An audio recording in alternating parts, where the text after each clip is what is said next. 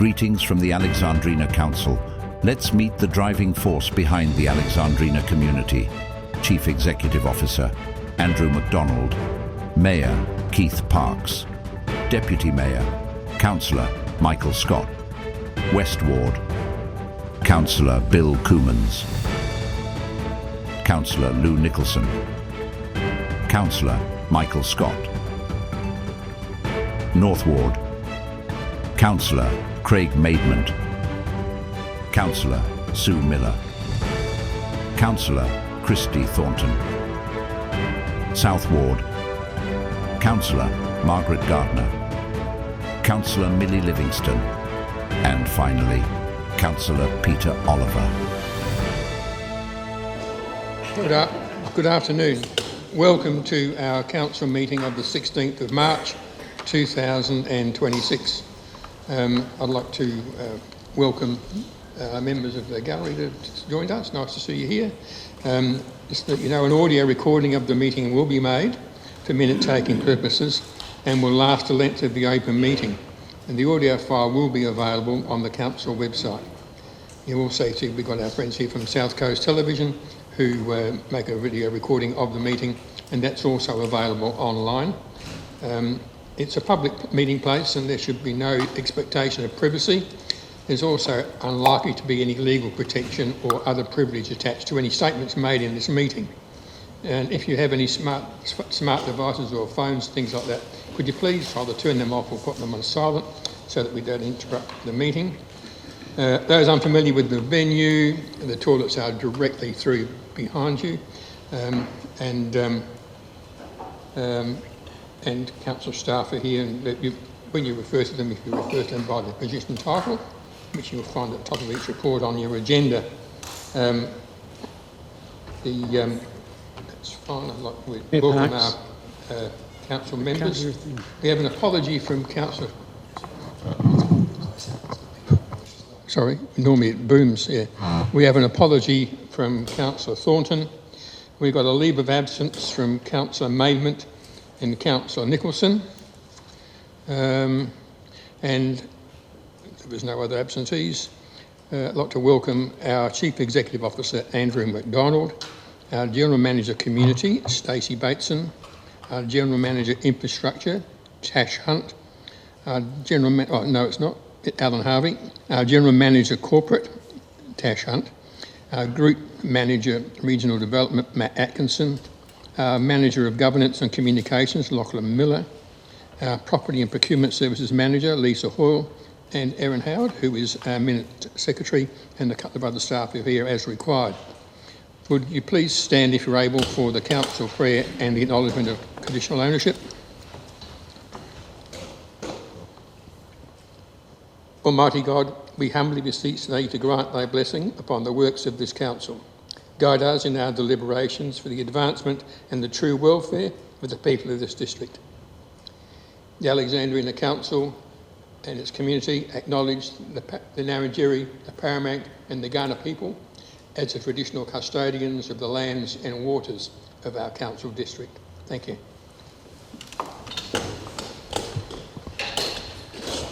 Remind members, if you have a conflict of interest for the purposes of Part 4, Division 1, Subdivision 4 of the Local Government Act of 1999, in the matter which will be before the council at this meeting, you're asked to disclose the interest to the council, provide full and accurate details of the relevant interests at the beginning of the meeting, and members reminded you must also deal with the conflict of interest in accordance with the relevant provisions of Division 4 at the time the item arises for consideration. So I've got a number of them here. I personally have a conflict of interest in relation to item 9.5, which relates to the Goolwa and Port Elliot Football Club Oval lease, by I being the honorary patron of the club have a conflict there. It'll be a general conflict. I'll remain in the chamber during the debate. I will not participate in the debate, when I will only vote in the event of a tied vote where I have a casting vote. I have a material conflict of interest in item 12.6, the confidential new lease proposals for Balluna Proprietary Limited and Balluna No. 2 Proprietary Limited. The lessee company, I received a designated gift from that company, during the last election campaign, and so it would be inappropriate for me to participate or be in the chamber during that. So I will leave the chamber during that item. Councillor Oliver, you have a conflict of interest? Thank you, Mayor. Yes, I'd like to declare a material conflict of interest in item 9.10 due to being an owner of a family company which is a lessee of council land and could gain a direct pecuniary or non-pecuniary benefit or suffer a loss depending on the outcome of the matter. Thank you. Are there any other members with Councillor Livingston? Thank you, Mayor Parkes. I also want to declare a conflict of interest at item 9.10 due to a family member also being a tenant of council, so I will leave the chamber and not vote. Any others? No. So item 4 is deputations. There are no to this meeting, but at the 26th of February ordinary council meeting, I explained to the gallery, which was a huge gallery, the process involved in compliance with Council's Code of Practice, Council meeting procedures for determining which deputation requests were accepted. In that discussion, I advised that there were 2 deputation requests received late and that in accordance with the code, I only had the delegation to accept 1 late request. I further advised that the applicant whose deputation request was not accepted had been advised that their request could be considered for the next ordinary meeting of council. I can update the chamber on the deputy has advised that the request should be left until after the state election. On that basis, the request will be considered for a future meeting upon the deputy advising council of their intention. And that's all we've got to do with those. So item 2 is the confirmation of minutes. So 2.1 is the minutes of the ordinary council meeting of the 16th of February 2026. Is there a mover that we accept those as true and correct? Councillor, which one? Gardner. And Councillor Livingston. Any discussion relating to those minutes? Not put that to you. All those in favour? Against? That's carried unanimously. 2.2 is the ordinary council meeting minutes of the 26th of February 2026. There's a recommendation that they be received as true and correct. With Councillor Kermans. Seconder, Councillor Oliver. Any discussion? If not, I'll put that to you. All those in favour? Against? It's carried unanimously. 2.3 is the Cemeteries Advisory Group minutes of the 4th of February 2026, and there's a recommendation that those minutes be received and noted. Moved Councillor Gardner. Seconder, Councillor Scott. Any discussion relating to those? If not, I'll put that to you. All those in favour? Against? It's carried unanimously. 2.4 is the Ratalang Beach and Horseshoe Bay Advisory Committee minutes of the 12th of February 2026, and to recommend those minutes be received and noted. Move Councillor Scott.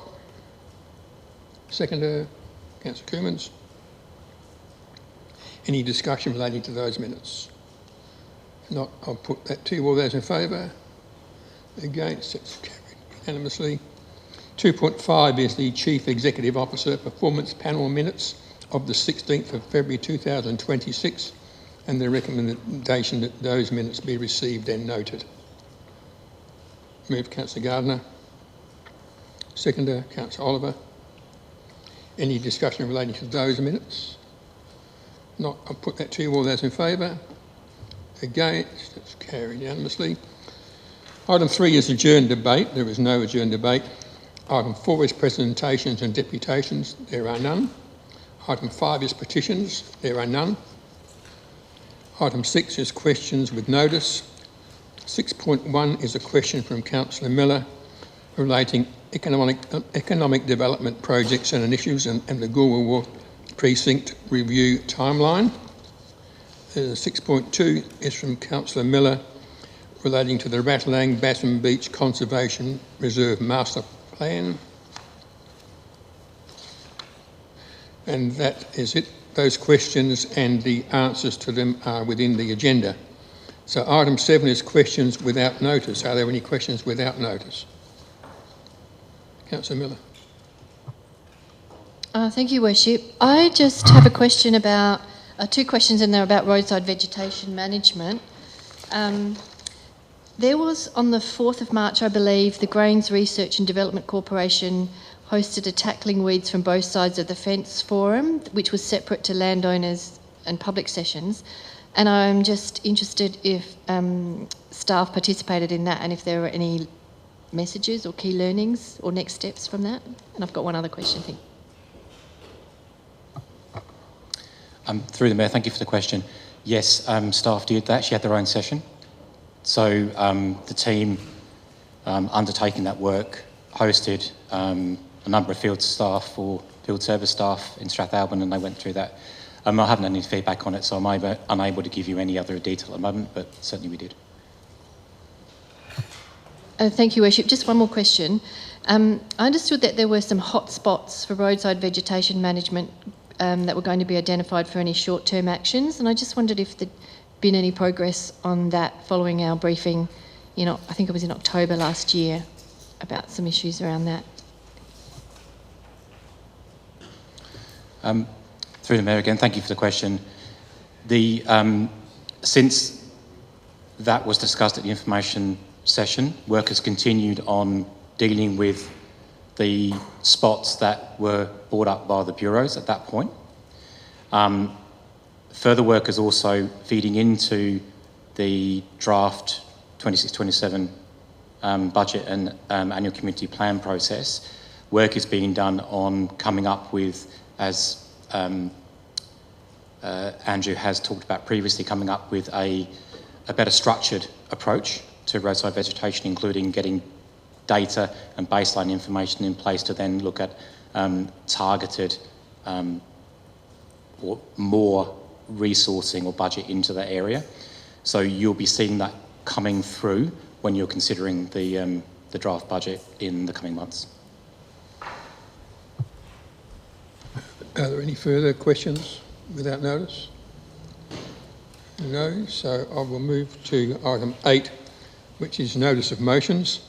8.1 is a motion from Councillor Miller relating to the Port Elliot Caravan Park playground upgrade and funding. It's moved by Councillor Mitchell to move it and speak to it. Thank you, Worship, and I appreciate the staff comments on this. I know that there's been 150,000 provisioned in the draft budget, and I'm just trying to clarify if that is from the trust fund or that's council's contribution, a third. I'm just trying to understand what and then I'll speak to my motion, what 150,000 provisioned for the playground is for, or what it can, where it's funded from.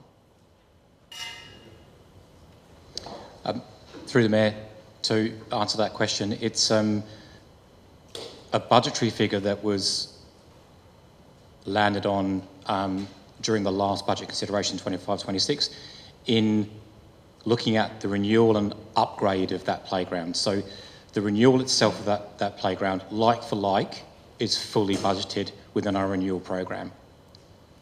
But because of where it's situated and because of the, I suppose, limited facilities that were there, it was always going to be uplifted. It was always going to need enhancement. So the 150 is 1/3 of the estimated cost of that work, as best as we know it right now, bearing in mind that we're still working through, we've done a concept, but we're still very much at the early stages of working that plan through with both the committee, with the Lease, and also with you as a council group. So that'll be fine-tuned as we move through the next, hopefully for the next 6 months or so. It's dependent on a few factors, and those factors were in my commentary within that response.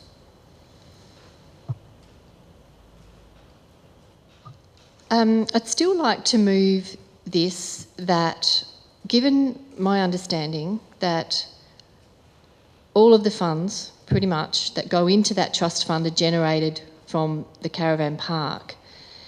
And the Ratalang Basham Beach Conservation Reserve Master Plan does speak to tourism, recreation, not just conservation. So I'm trying to, I guess, relieve the burden of ratepayers funding this by saying whatever council's contribution is, can it be funded from the trust fund and not general rate revenue? That's what I'm trying to achieve with this motion. I've put my reasons in the agenda, so I won't read those out again.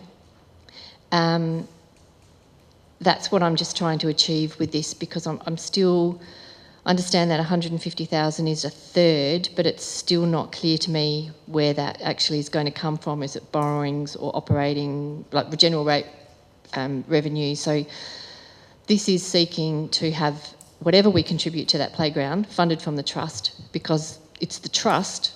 The trust's money funds come from the Port Elliot Caravan Park, is my understanding. Thank you. So do we have a seconder for that? And we're talking about motion 1 in your agenda. So, second question. I guess I'm just a little bit confused, because I thought the Ratalang Basham Beach and Horseshoe Bay Advisory Committee, which is a Section 41 committee, had some responsibilities in their terms of reference for this sort of thing. And I wonder, have they had any input into all of this? Because they also, I understand, look after the trust funds, have some sort of oversight on it. So can someone perhaps explain what their involvement in something like this would be? Through the Mayor, yeah, if I start with their terms of reference. So as a committee, they have no responsibility, they have no financial delegation to exercise. What they do is that they provide recommendations to council, which you then see and you decide whether or not that is something that council should be supporting. There is, in support of that, a lease agreement, which is an old lease agreement, but it has in there, I suppose, a hierarchy of where that funding should be spent. First within the Conservation Reserve, secondly within the environs, and thirdly within the broader Horseshoe Bay area. And it talks that funding being expended for purposes of management and maintenance.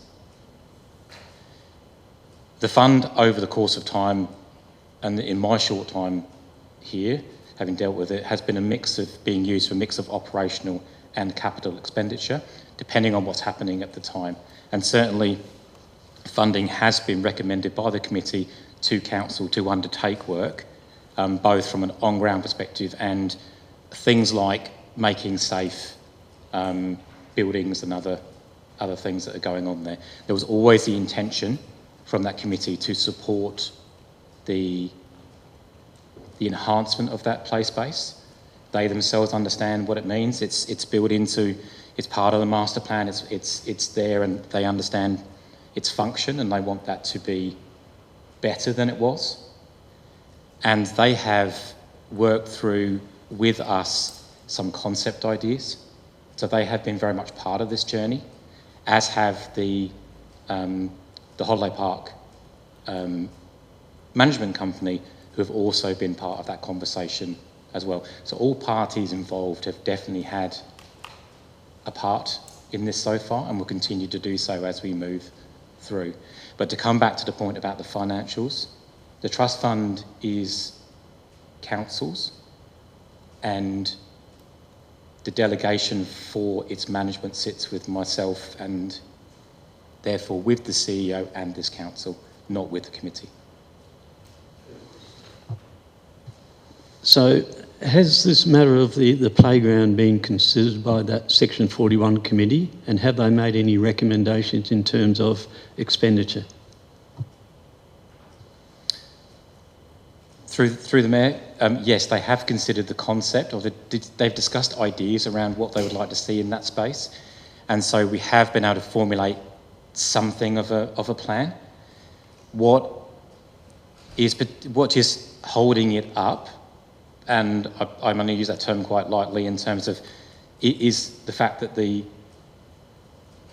leasee that operates that caravan park has other plans that it wishes to pursue as well.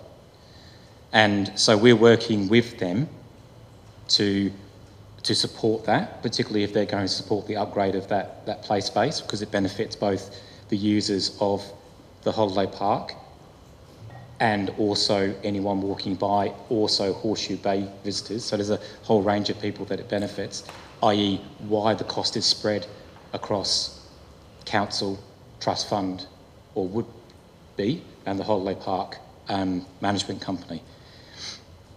So they have seen it, but we haven't progressed it any further, pending a formal approach by the Caravan Park Management Company around what else they want to do. So, final question then, has the Caravan Park been approached to contribute towards the playground equipment? Through the Mayor, yes they have, and we have written correspondence from them on that basis. It's just the level of which they haven't confirmed to extent how much they will.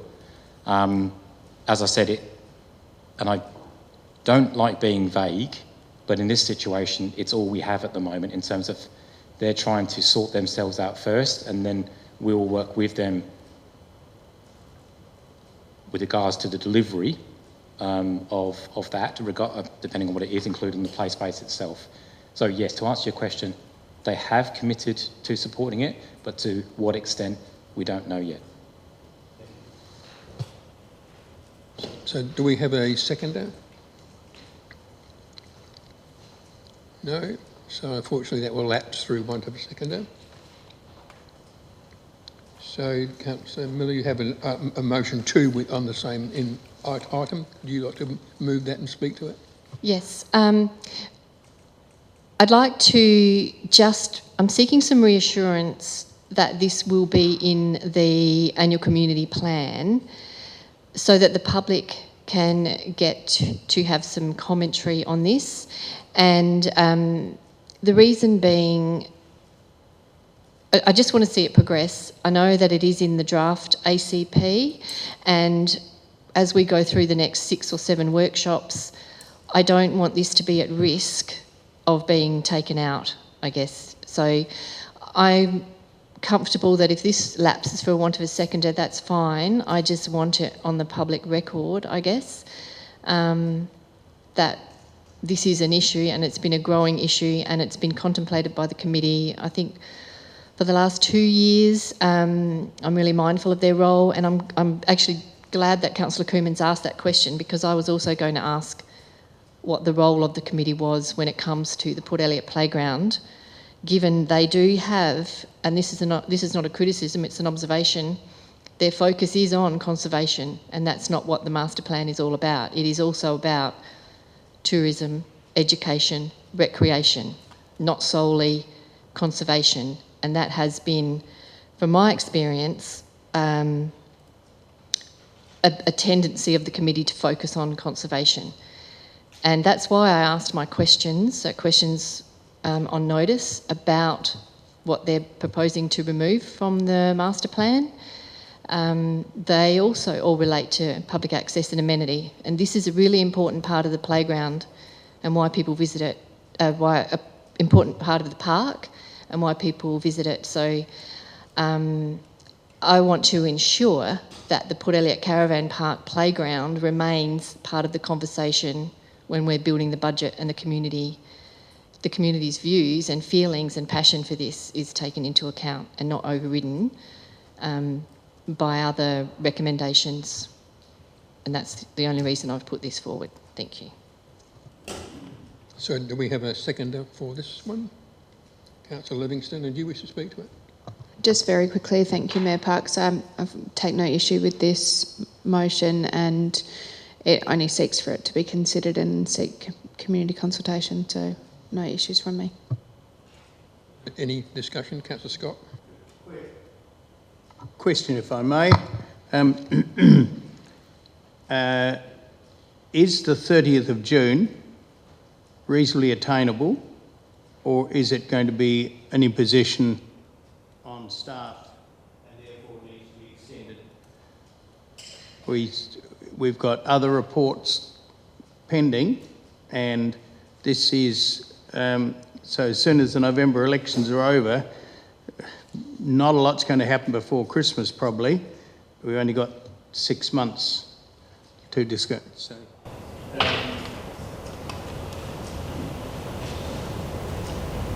is that the table? Through the Chair, as part of the 26-27 business plan and budget and long-term financial plan process, this will be considered should this motion pass. In fact, even if it doesn't pass, it will be part of the consideration for the 26-27 business plan and budget, which is happening over the next couple of months, with Council scheduled to adopt the plan in July of this year. Is there any further discussion? Councillor Coomans. Well, firstly, a question, I think. Again, have the Basham Beach Trust, sorry, it's a very long term. Ratalang, Basham Beach and Horseshoe Bay Advisory Committee considered this in one of their agenda items?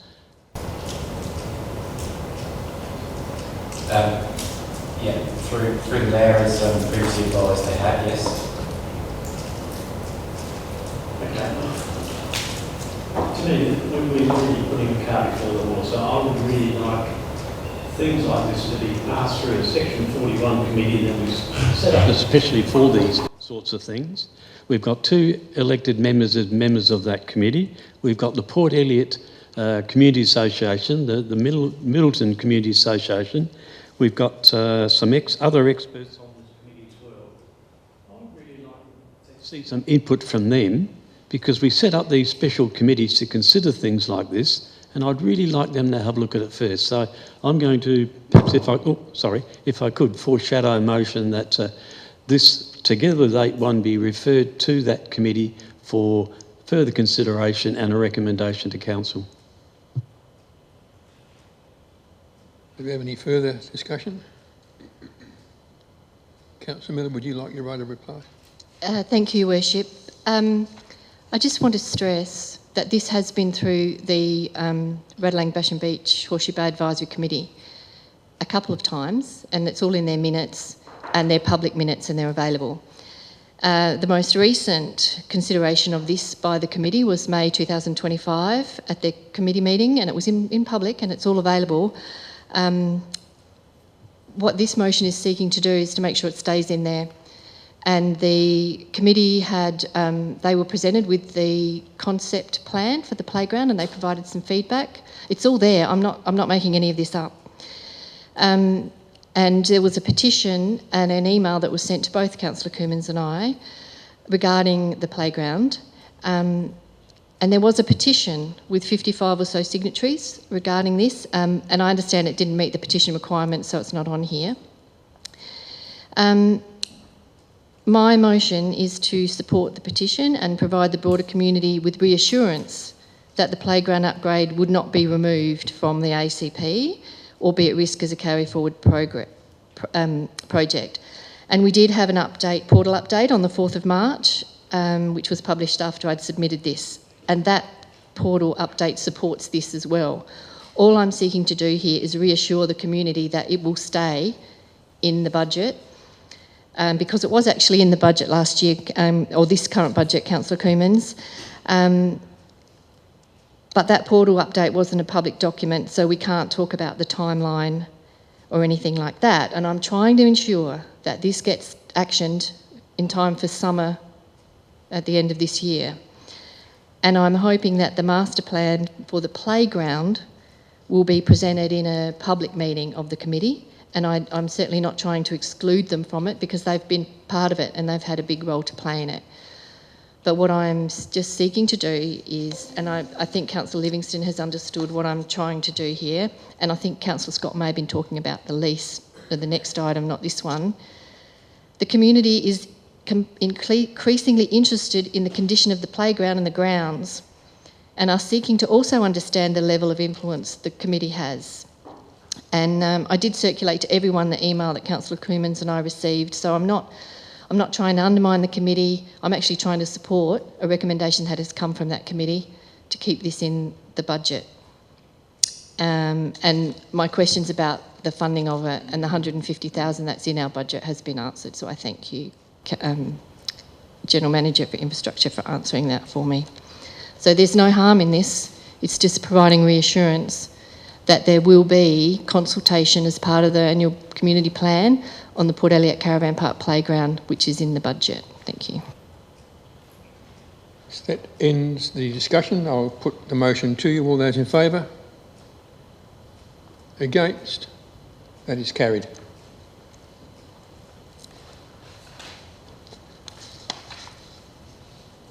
(8.2) is a motion from Councillor Miller regarding the Ratalang Basham Beach Conservation Reserve lease review. It's moved by Councillor Miller. Do you wish to speak to it and move it? I'll keep this very brief, Your Worship. This is just a request of review of the 99-year lease. It's been in place since 1981, and a lot of what is in that lease is now irrelevant or obsolete or causing now ambiguity.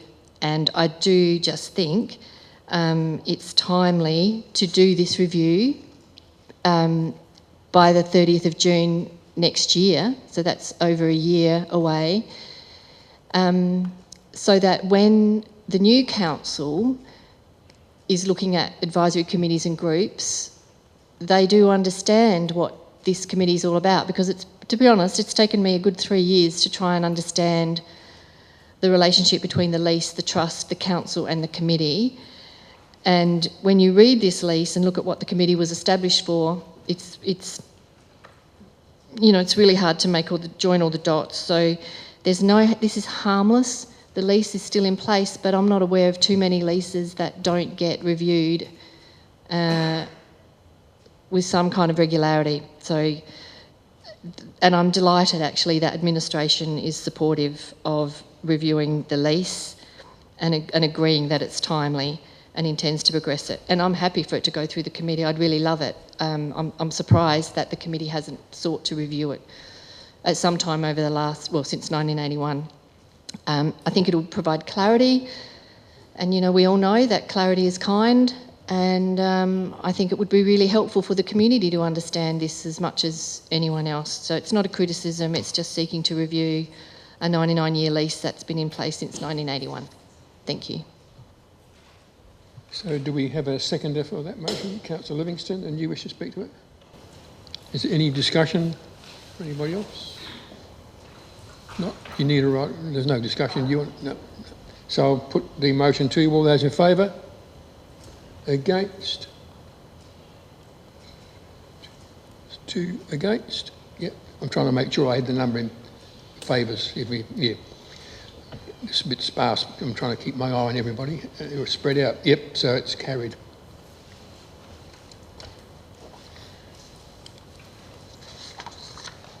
So item 9 is administration reports. 9.1 is the Ratalang Basham Beach Conservation Park Master Plan Actions Review. And these are the consultation outcomes. We've got recommendation A, B and C. So I'm happy to do them in A, B and C individually rather than en bloc. So it'd be probably better to do it that way, I think. So we'll look at recommendation group A first. Is there a mover for that? Move Councillor Miller. And do you wish to speak to it? No. Is there a seconder? That's Councillor Oliver. Any discussion? I'll put the recommendation to you. All those in favour? Against? That's carried unanimously. We go to recommendation group B with A to F. Is there a mover for that? Councillor Scott, you moving it? Yes, I move the whole lot right through, if you're happy with that. When you say right through, we're talking A to A, all of recommendation group B. Yes, and I was also going to move Group C, as well. You can do that. if you would like. You can, yeah. So we're moving Group B and C. And you wish to speak to it? No, I think it's pretty self-explanatory. Thank you. Just to say that these have been given reasonable consideration, and a lot of that committee, I must say, doesn't go about its work lightly. There is a lot of, firstly, the committee's got some extremely well-qualified people to be on it, and it's representative, and a fair bit of time goes into considering things like this for good reason, and I have no problem with it, and I urge you to support it. Thank you. So do we have a seconder? Councillor Kermans? Any discussion? Councillor Miller? Thank you, Worship. I'll be voting against this. I appreciate that I'll probably be the only one, but you know, if you look at these, and I've said it many times before, I'm absolutely delighted that it went to consultation. I acknowledge the feedback that came. These all relate to public access and amenity, and I've never questioned the skills of the committee or their the way they consider items. I do think they do a good job in that regard, but there is, I don't think there's any denying the focus on conservation, and the master plan speaks to these. They were important 8 years ago to the community. In fact, they were, some of these, when you go back and look at when this plan was adopted, it went back to the committee to ask them to reconsider, and the committee unanimously, and many of those people are still on this committee, supported these being included. That over the last 8.5 years, these have always been pushed to the bottom of prioritisation, I think, is very sad. And these would enhance visitation, and the master plan speaks to that. So, you know, if these are removed, it doesn't mean they can't happen. But I do think it hasn't been in the spirit of the master plan for these to be 8.5 years later not actioned. I asked my questions to try and establish whether at any point in time over the last 8 years they'd even been thought about or costed.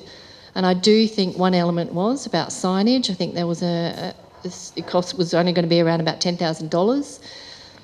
So if these get removed, so be it. At least the community's had an opportunity, and there's been just a little bit of a reminder, I hope, that it is not just about conservation.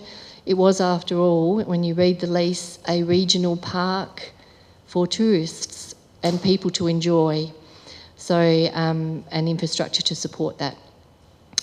So I'm expecting this to be successful, that they'll be removed, and so be it. Thank you. Further discussion? Do you wish to have a right of reply? I just mention that it is a conservation park, and it has, over the years, before it was a park, suffered a certain degree of degradation as far as in the context of a park was concerned. Sandhills were removed and levelled, and non-native grasses were planted on them. And I think that over the years, the park has been transformed into a conservation park. I'm afraid, with due respects to Councillor Miller, I don't agree with the fact the education side of it is downplayed. There are groups going in there, I believe, quite frequently or periodically for the very reason of education. And that's, at no time has that been discouraged. And so, some of these things that are being removed, I have suggested that they stay in, but it's a democratic committee, and they have been, the majority said no. I think we can remove them or scale them back or whatever from medium to low and that sort of thing. But I don't think, again, at any time has there been any suggestion that we should limit the visitation. The concerns we've had is some of the visitation can cause damage to the park, and that people going off course, not sticking to the paths and that sort of thing, and some areas we're showing wear and tear. So it's a balancing act, and I think the committee tries to do that with the guidance of staff and those environmentalists that are on our group. So yes, again, these decisions haven't been taken lightly, but please don't think that at any time in education or visitation for the benefit of locals and visitors alike is being suggested or alluded to in any way. Thank you. So that ends the discussion, so I'll put the recommendation, which is Group B and C, to you. All those in favour? Against? That is carried. So 9.2 is the installation of a new memorial seat and plaque at the Port Elliot Middleton Cemetery. There's a recommendation there with 3 dot points. Is there a mover for that? Councillor Gardner, do you wish to speak to it? Yes, thank you. Trish Steele I knew quite well. She was really keen on Tai Chi, and she and I did Tai Chi together for a number of years.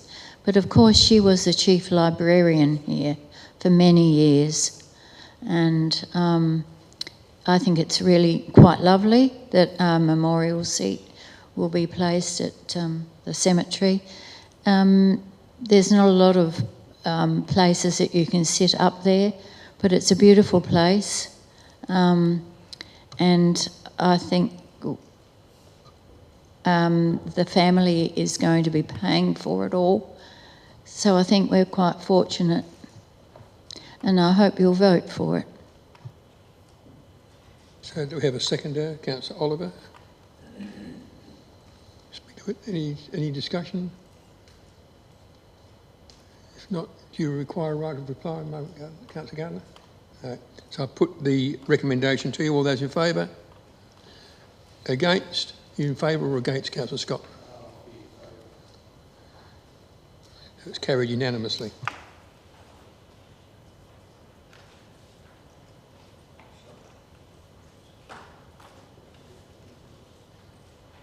So 9.3 is the Strathalbyn Town Plan, preliminary engagement.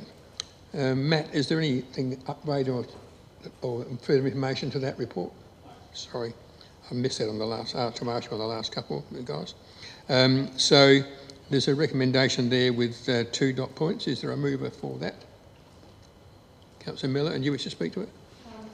Yes, I'm happy to move it, but before I speak, I do have a question on behalf of Councillor Maidment, and that is, have we reviewed the 2024 plan for what went well and what didn't, and what did we get right?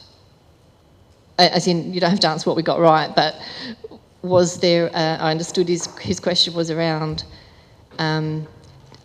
we'll acknowledge what went right and what didn't.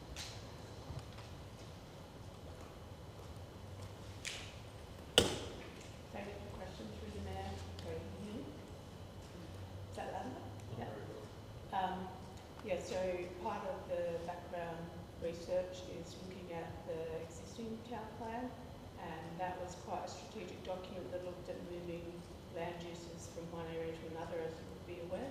So that will all be part of the informing of the background to this new plan.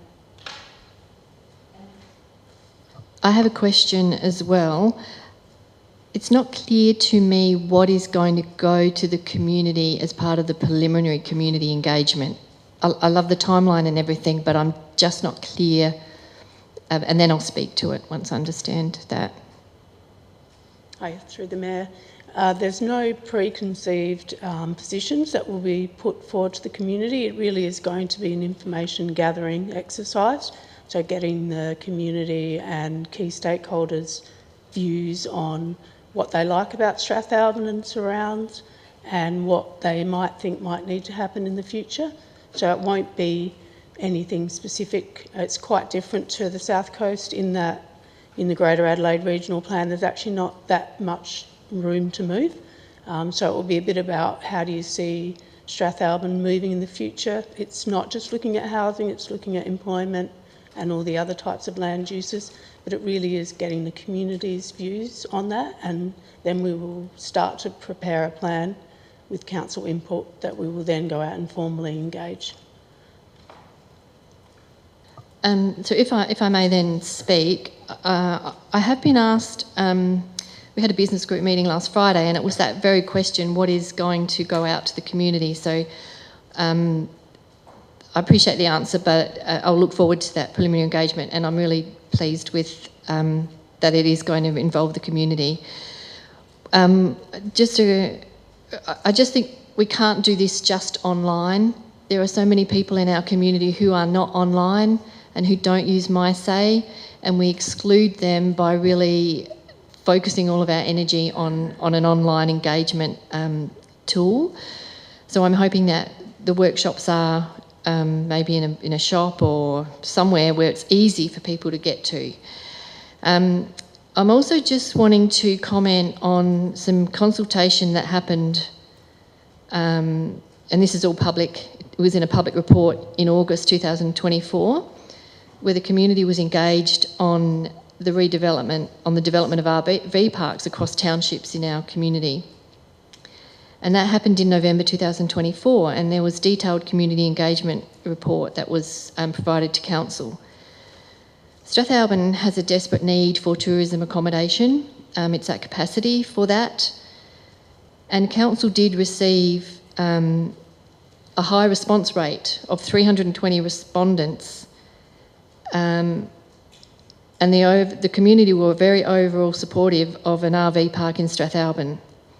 And there was a location identified, and that was public too. And I'm often asked where that's at. So I'm hoping that as part of this consultation, this preliminary engagement, that there will be some acknowledgement of what engagement has occurred before and on topics that we've talked to the community about before. So I think that's just where the confusion is, or trying to understand what's going out and how we'll be gathering that preliminary consultation to then understand that the formal consultation will be on a draft strategy, but it's just this preliminary that are we going to ask them questions, what would you like to see, or tell us what you enjoy? I don't quite understand this preliminary bit, but I'm happy to move it, Your Worship.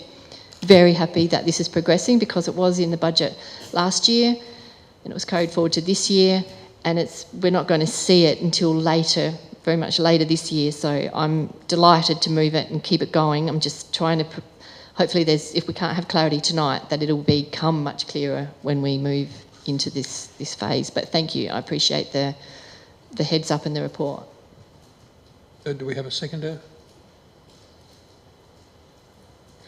Councillor Livingston, you wish to speak? Any discussion? Before you have your right, if you need a right of reply, I'll just, on that, having been involved in the previous consultation on the Strathtown plan, we did extensive community consultation. We had an excellent committee, a group of people represented all aspects of the township, residents and business people, people with tourism influence and connections, all that sort of stuff. We leased a vacant shop in Dawson Street and had quite a number of daytime and nighttime sessions. And I would imagine that was an extensive plan. It was a huge plan, and a lot of feedback was great. A lot of those things have been done, but I'm sure it's not possible to do everything. So some of those things will be still sitting there waiting to be done, and they can be included in the next edition of Where We Move. That should be brought in and highlighted as we got this message several years ago.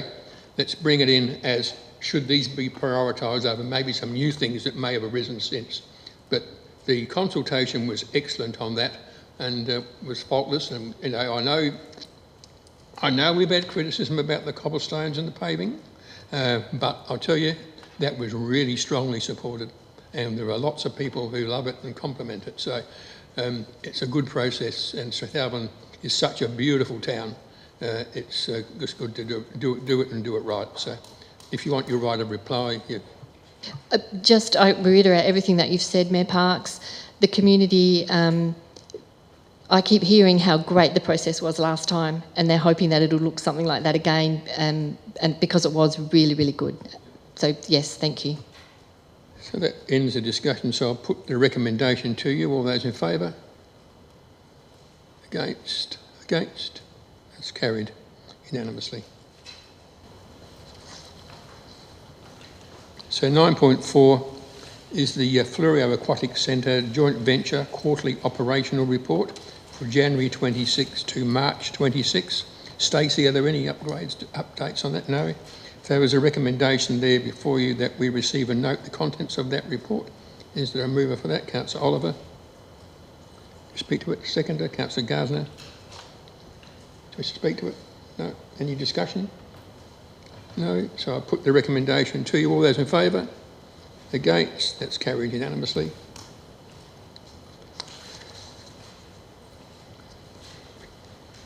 So 9.5 is the Goolwa Port Elliot Football Club Oval Lease proposal. Stacey, are there any updates to that report? No. So on this one, I declare a general conflict of interest, as I have the absolute pleasure of being the honourable patron of that club. I will point out I am not a financial member of the club, and I take no part in deliberations of the committee. I purely go to as many football games as I can each year.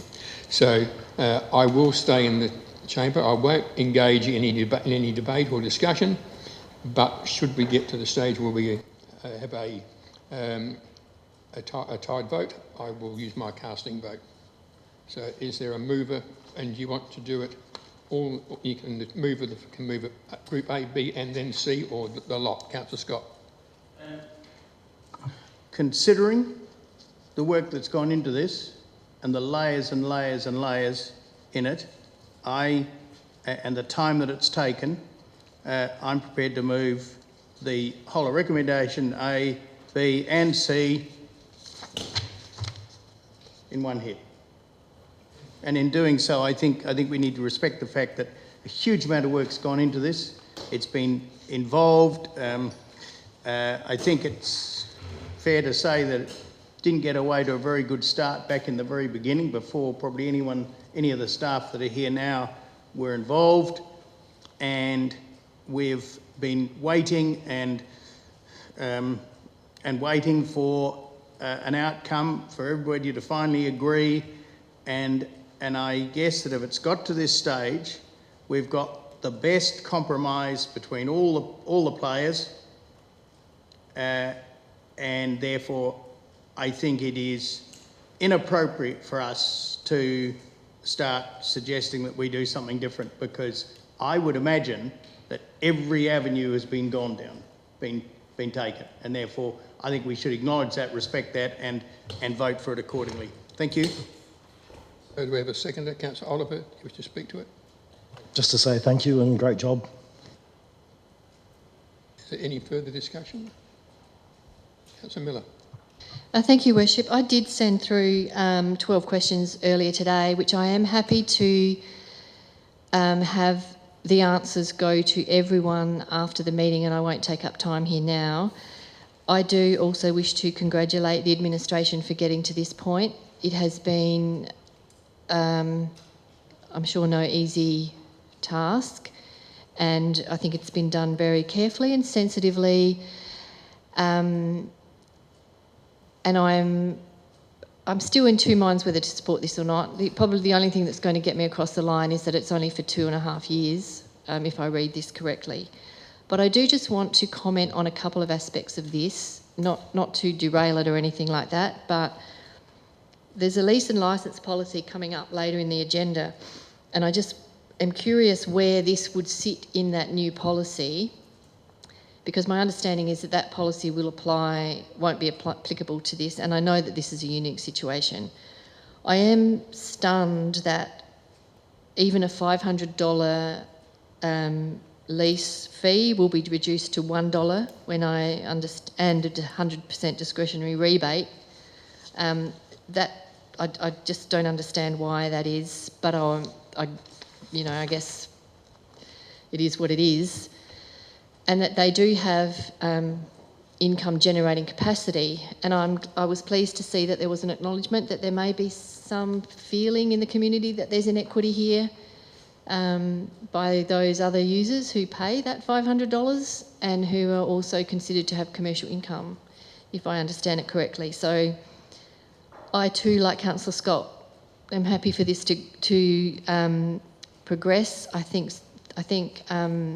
the administration has dealt with it as best they possibly can and with the best possible intent, and we must remember that it is about community access, and I just hope that I don't understand how the community fees will be set. I understand that won't be a council decision.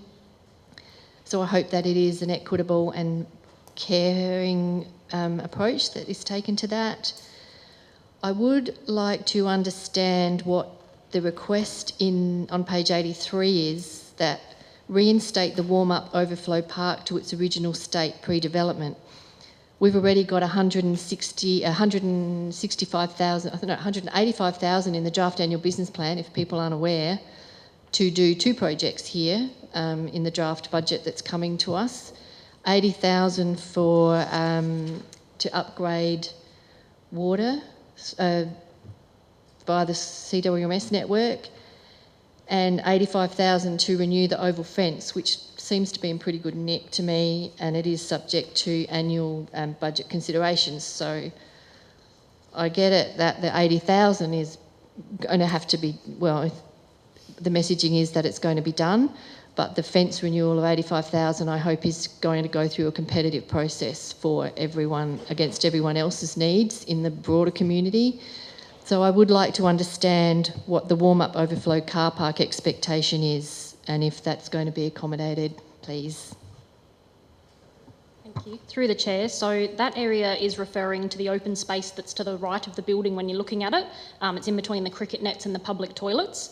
It's always been the intent to work through the future of that area since the redevelopment, and we've basically been waiting to know what direction we're moving in. So if council was going to continue to manage that area and the land and the precinct, we'd have to work out what we're going to do, or if a leaseholder was in there, what are their preferences, and then we have to work through what that request is. So we haven't progressed that request until the lease is, if it's approved, and then we'll work through what that looks like, any investigations of costs, and then whether we have to come back to council or what that all looks like, but I just don't have enough details yet. Is there any further discussion? No. You need to have a right of reply, Councillor Scott. This is Goolwa's flagship, and I think the best thing that we can do is to support this. We could pull it apart and achieve absolutely nothing and probably undo a whole lot of the good that's being done. The absolute fail-safe part of this is that it is for review in 2 years and 3 months' time, which is, for something as complex as this, is an absolute, I believe, an absolute saviour, because in 2 years, that's 2 footy seasons and 2 cricket seasons, and you can see how it all works. And as they're going along, they can be ticking things off or writing in the margin what they need to alter, comes back for review, and then hopefully in the future it'll be set in concrete. But it is unusual, it's different, it's had a bit of history, and here we are with a point where they're hoping that we will flag this on, wave it through, and so that's just what I'm suggesting we do. So please support it. Thank you. That ends the discussion. So just for clarity, we're putting forward the recommendation A, B and C. So is there those in favour? Against?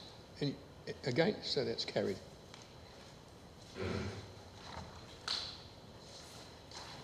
So 9.6 is stage 2 of an unsolicited proposal of a non-motorised accessible aquatic recreation zone on Hindmarch Island. Stacey, any upgrades or updates on that? No. So there's a recommendation there with 3 dot points. Is there a mover for that? Councillor Oliver.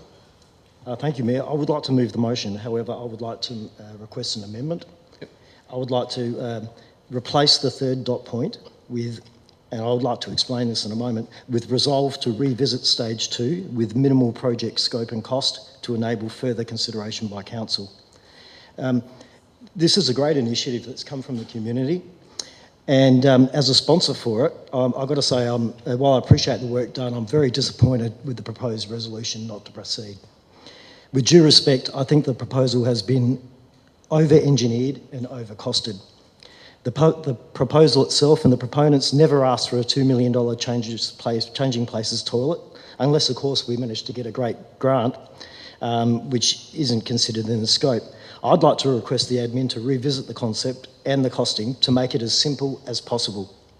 It's my view that it should be of similar scale to the recent jet ski park, which I think cost around $170,000. In discussions with people in the community, I've formed the view that it could be achieved at a minimal level for around $250,000. So what I'd like to ask is that, given the level of community interest and the safety issues that we have on the waterway, I'd like to suggest that we should be able to prioritise this into the plans, and I'd like to request that it be reviewed. So please, everyone, can we just take a little bit longer to give this this project a bit more look at? Thank you. Can you just look at the wording of there and make sure we've got that? There might be something else you need to add or change before we...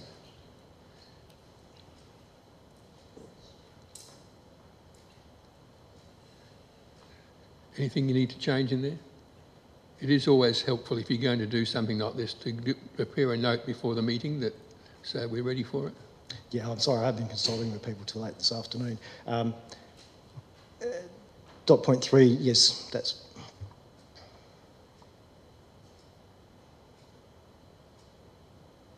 Resolve to revisit stage 2 with minimal project scope and cost to enable further consideration by council. Thank you. So are you happy with that? And do you wish to speak to it, or you just thought... Sorry, I think I have enough. Thank you.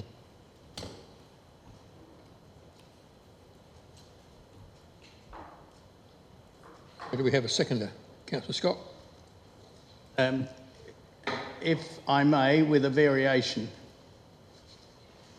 I endorse what Councillor Oliver has said, but I want to take it a step further. I've had a good look at it, been over it, checked it all out, and I think there's a great opportunity there for us, and I'm not about keen on spending money in big amounts to make things happen. If you look at the area, it's got a good 2 roads, one in, and I would suggest we have the other one as an out. It's got satisfactory sound toilet system on it. It's got hard stand, everything there. And I'm suggesting that we replace number 3 with that we council request Department of Environment and Water to create an exclusion zone along that area and define it with floating buoys. 2, that the appropriate number of bollards, which wouldn't be many, be placed to prevent motorised craft from being launched in the little launching area, and that the whole thing be trialled for 1 year. Now, obviously you have to get permission, the agreement of the mover for that to be included, but that's what I'm suggesting, and I'd like to speak to it in a moment whenever it's appropriate to speak to it. Oliver, are you happy to have that included? Can I just clarify, is that going to be an addition to the words that I've inserted for point 3? I'll be happy if it's an addition. My looking at it, to me, it would have to be an addition to make sense. Yeah. All right. Are you happy for it to be an addition to that? So, yes, Councillor thank you. Scott, you wish to now speak to it? Yes. Hang on a minute. Oh, sorry, we need leave of the meeting to accept that, a little variation to that. All those in favour? That's good, that's carried, so we can go ahead and Yeah, leave granted, so you can carry, Councillor Scott.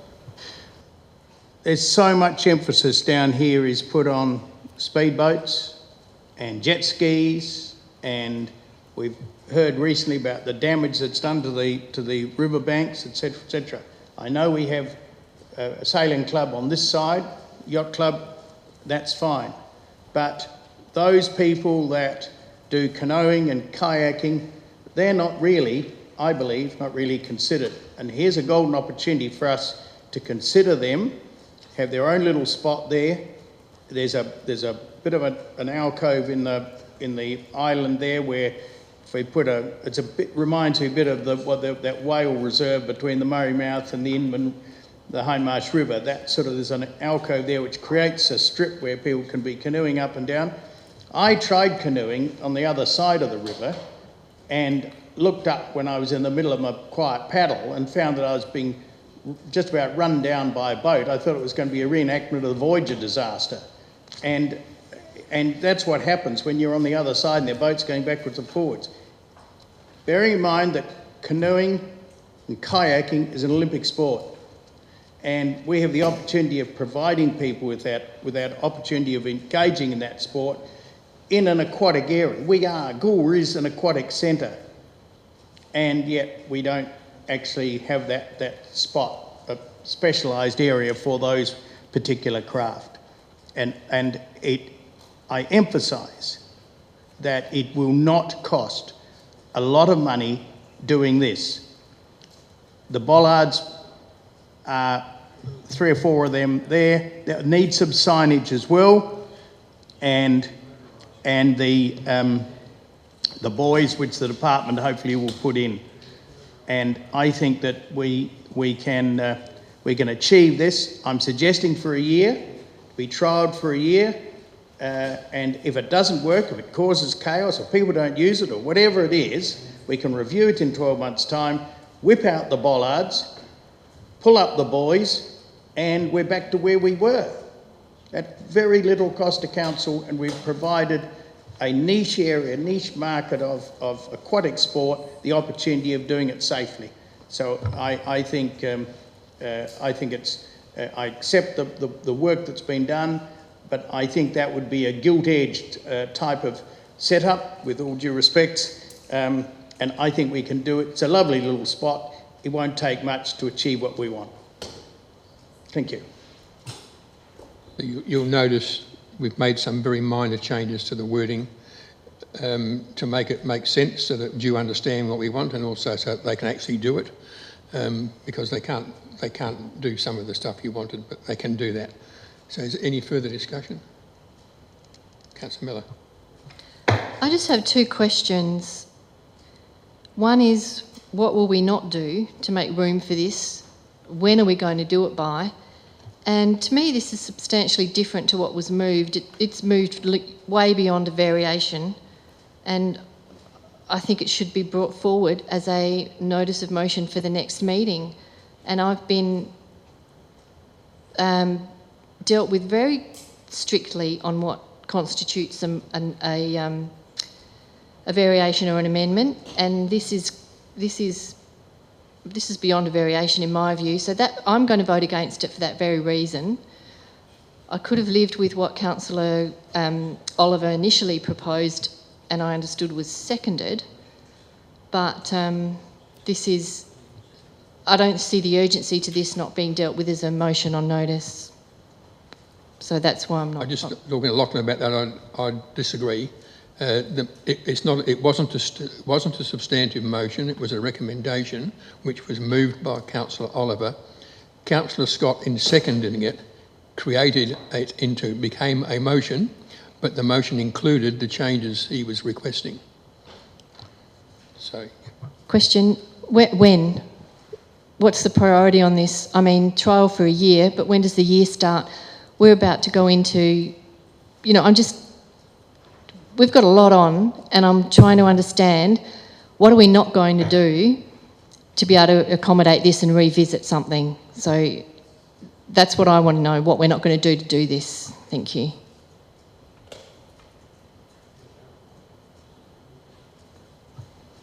Through the chair, if this motion is passed by council, then it will be obviously more work will need to be done by administration.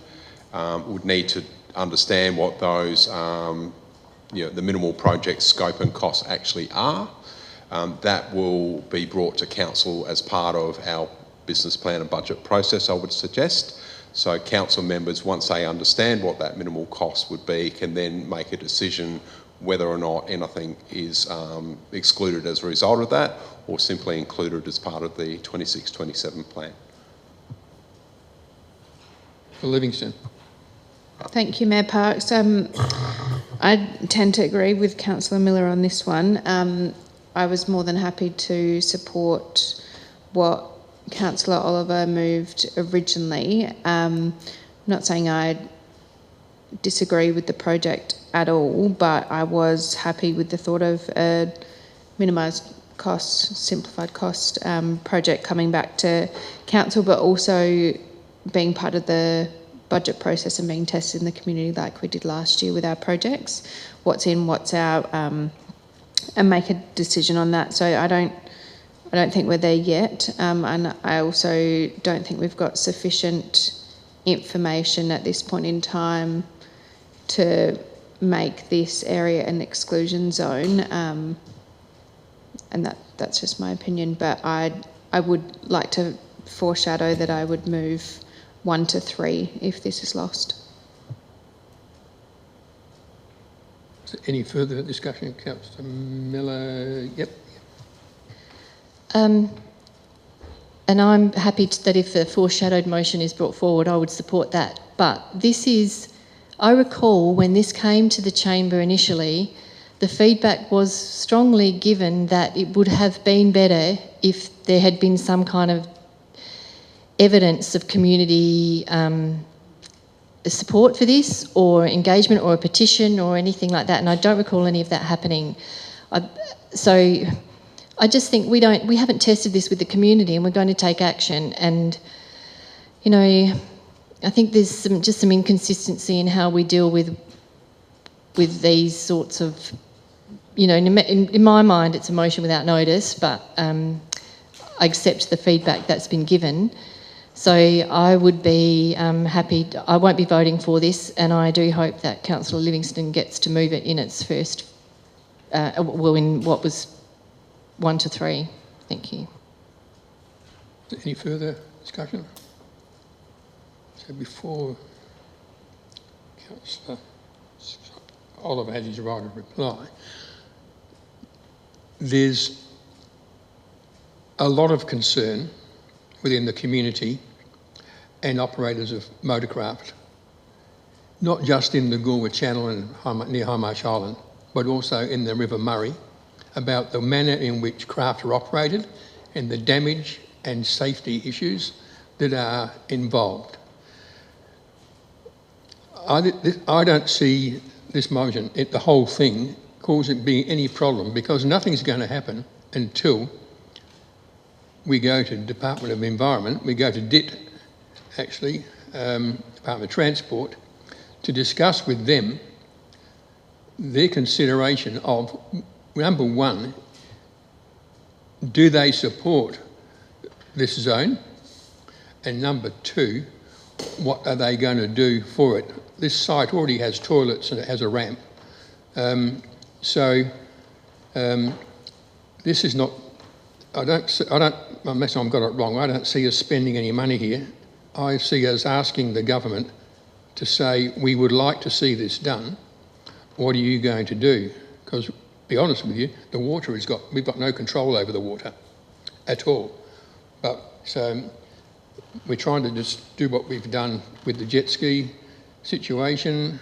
There are a lot of problems of different types in the area, but in this particular section of the river, we have a problem with jet skis chasing swans and wildlife.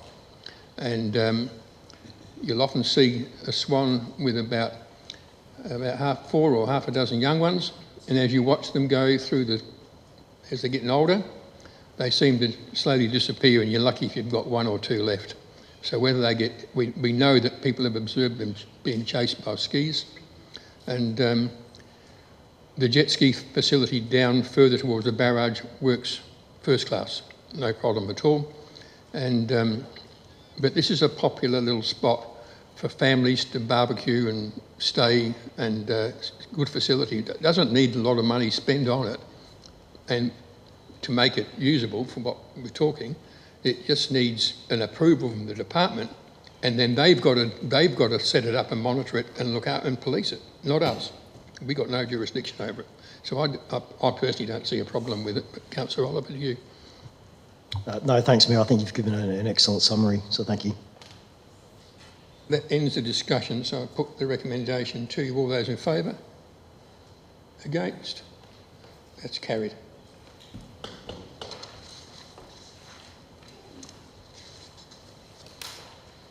So 9.7 is the Friends of the Oscar W, a proposed lease and licence variation. Stacey, is there any upgrades to that? Thank you. Thank you. Yes, just in the community engagement plan, we've just noticed that there was an error regarding the dates. So I'd just like to clarify that the community engagement is proposed to open at 9 a.m. on Thursday the 2nd of April and close on 5 p.m. Friday the 24th of April. And actually Councillor Miller made a suggestion which Lisa Hoyle and I think would be great to add in, that copies of the lease documents regarding Oscar W are actually included as useful documents throughout the community engagement plan to make it really easy for people to find. So we'll add those into the community engagement in whatever channel people would like to see them. Thank you. So there's a recommendation there with 4 dot points. Is there somebody to move that? Councillor Cooman, sorry. And you wish to speak to it? Oh, it's probably not too much to say on this. This is really asking for community engagement. There's been so much effort put into all of this from the Oscar W people, the amount of work that's gone into the Wharf, and I guess this is just extending the 5-year term from the June 2020 to expire in June 2029. I think it just gives everyone assurance that this has been such a fantastic project, and I take my hat off again to the volunteers, the Oscar W, for the amount of work they've done, the money they've put towards it, the money that Council has put towards this as well, and it's going from success to success. So this is asking the community for some changes that it sort of extends the life of their lease and also the mooring. So thank you. So do we have a seconder for that, Councillor Oliver? Any discussion? Mayor, I just wanted to make the comment, if I could, that this also demonstrates how well Council is working with the Friends of Oscar W, and it's just fantastic to see, so thank you. Any further discussion? Councillor Miller. I have 4 questions. I'll be supporting this. I don't have, but before I speak to it, I have 4 questions. We were provided with the expenditure summary, but what is their income from ticket sales? That's my first question. Because under the terms of the lease, they're to provide their annual business plan by the 31st of March. And I'm not aware that they provided it last year, and so I'm asking if we'll get it this year. And to that point, what are we provisioning for the PS Oscar W in the draft annual business plan? Thank you, through the chair. So I don't have the ticket sales number on me, I'm sorry. I probably should have brought that as information. We are putting forward a council portal update with the 24-25 annual report, which talks about the first year and the transition year, that the economic development team provided the support to transition them from a volunteer-run, council-run business over to them being empowered to run their own tourism business. So that is coming in the next week. There were just a few pieces of clarification we wanted to provide to ensure there was no confusion for the members. And they will be providing, we checked with them the other day, the upcoming business plan and budget by the 31st of March.